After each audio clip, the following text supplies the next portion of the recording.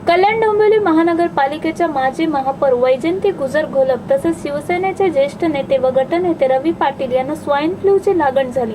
याशिवाय कल्याण डोंबिवली शहरात खोकला आणि हिवतापाची साथही मोठ्या प्रमाणावर दिसून येत असून शहराच्या विविध भागात स्वाईन फ्लूची लागण झाल्याचे महापालिकेच्या आढावा बैठकीत आढळून आले। कल्याण डोंबिवली महानगरपालिका आयुक्त ई रवींद्रन यांनी प्रतिबंधात्मक उपाययोजना करण्याबाबत आढावा बैठक घेतली। या बैठकीला शिवसेनेचे नेते आणि पालकमंत्री एकनाथ शिंदे, खासदार श्रीकांत शिंदे, विजय साळवी, विश्वनाथ भोईर यांच्यासह डोंबिवली इंडियन मेडिकल असोसिएशनचे डॉक्टर पाटे, डॉक्टर हटकर, डॉक्टर भाविस्कर, डॉक्टर मजेरिया यांच्यासह वैद्यकीय क्षेत्रातील नामवंत डॉक्टर उपस्थित होते। स्वाईन फ्लू बाबत राज्याच्या आरोग्य संचालकांकडून प्रतिबंधात्मक आणि नियंत्रण संदर्भात आणावयाच्या उपाययोजना करण्याच्या सूचना आयुक्तांनी दिल्या। स्वाईन फ्लू किंवा अन्य कोणत्याही साथीच्या रुग्णाला औषधे व उपचाराअभावी घरी पाठवता कामा नये असे सांगून खासगी रुग्णालयातही अशा रुग्णांवर तातडीने उपचार करीत असल्याचे त्यांनी सांगितले। साथीला आळा घालण्यासाठी महापालिकेतर्फे 2 पथके तयार करण्यात आली आहेत। त्यांच्या मार्फत खासगी रुग्णालयांची तसेच शाळा, महाविद्यालय, अंगणवाड्या यांची तातडीने तपासणी करण्यात येईल। या पथकात 1 डॉक्टर, 2 बहुउद्देशीय आरोग्य कर्मचारी, 2 स्टाफ नर्स, 1 सार्वजनिक आरोग्य परिचारिका यांचा समावेश असेल।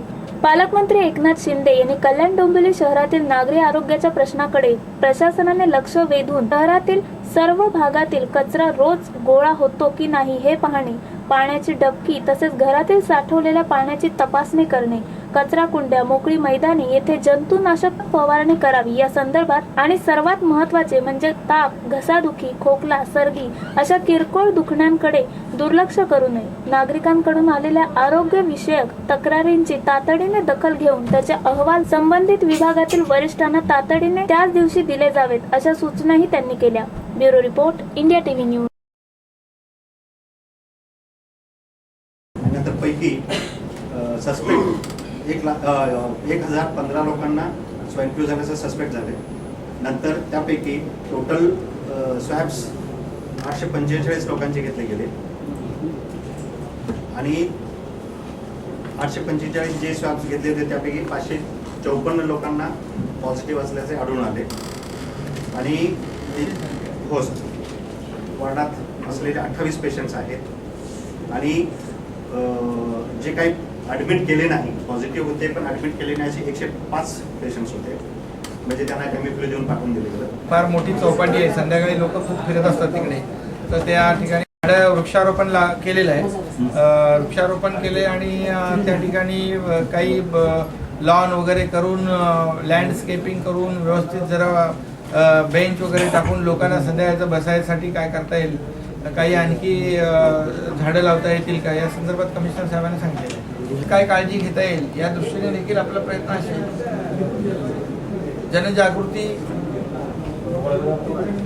सुरूच आहे, सगळ्या महापालिका, स्थानिक स्वराज्य संस्था आपापल्या परीने करतायत, शासन करतायत, पॅम्पलेट आहेत, शाळांमध्ये त्यांची बैठक घ्यायला सांगितली। शिक्षक, पालक, डॉक्टर्स, MD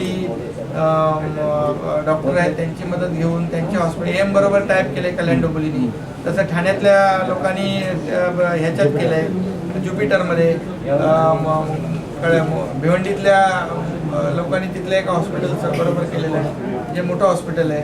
असं सगळ्यांनी आपापल्या परीने केलेलं आहे। जे काय त्याला लॅब ना ती टेस्टिंग लॅब जी आहे ना, ते कळवा हॉस्पिटल जे आहे आपलं, त्याचं ICU खूप चांगलं आहे आणि त्याला अपग्रेड करून काय करता येईल निश्चितपणे त्या संदर्भामध्ये संबंधित आरोग्य मंत्री जे आहेत त्यांच्याशी मी बोलणार आहे। स्वाईन फ्लू काय बघा, मध्ये स्वाईन फ्लूची मी मागे जेव्हा सुरू झालं तेव्हा ही बैठक जिल्हा ठाण्याला घेतली होती। आता त्यानंतर ते बऱ्याचशापैकी लोकांनी काळजी घेतली, त्याचं अवेअरनेस, जनजागृती सगळं केलं, उपाययोजना केल्या, पुन्हा आता ते उद्भवलेलं आहे। त्यामुळे या भागातल्या सगळ्या लोकांची आज आपण बैठक घेतलेली आहे आणि बऱ्यापैकी सगळ्यांनी तयारी केली। आणखी काही जे काही करायचं आहे ते निश्चितपणे शासनाकडून पालकमंत्री म्हणून मी त्यांना जे काही सहकार्य हवं ते करणार।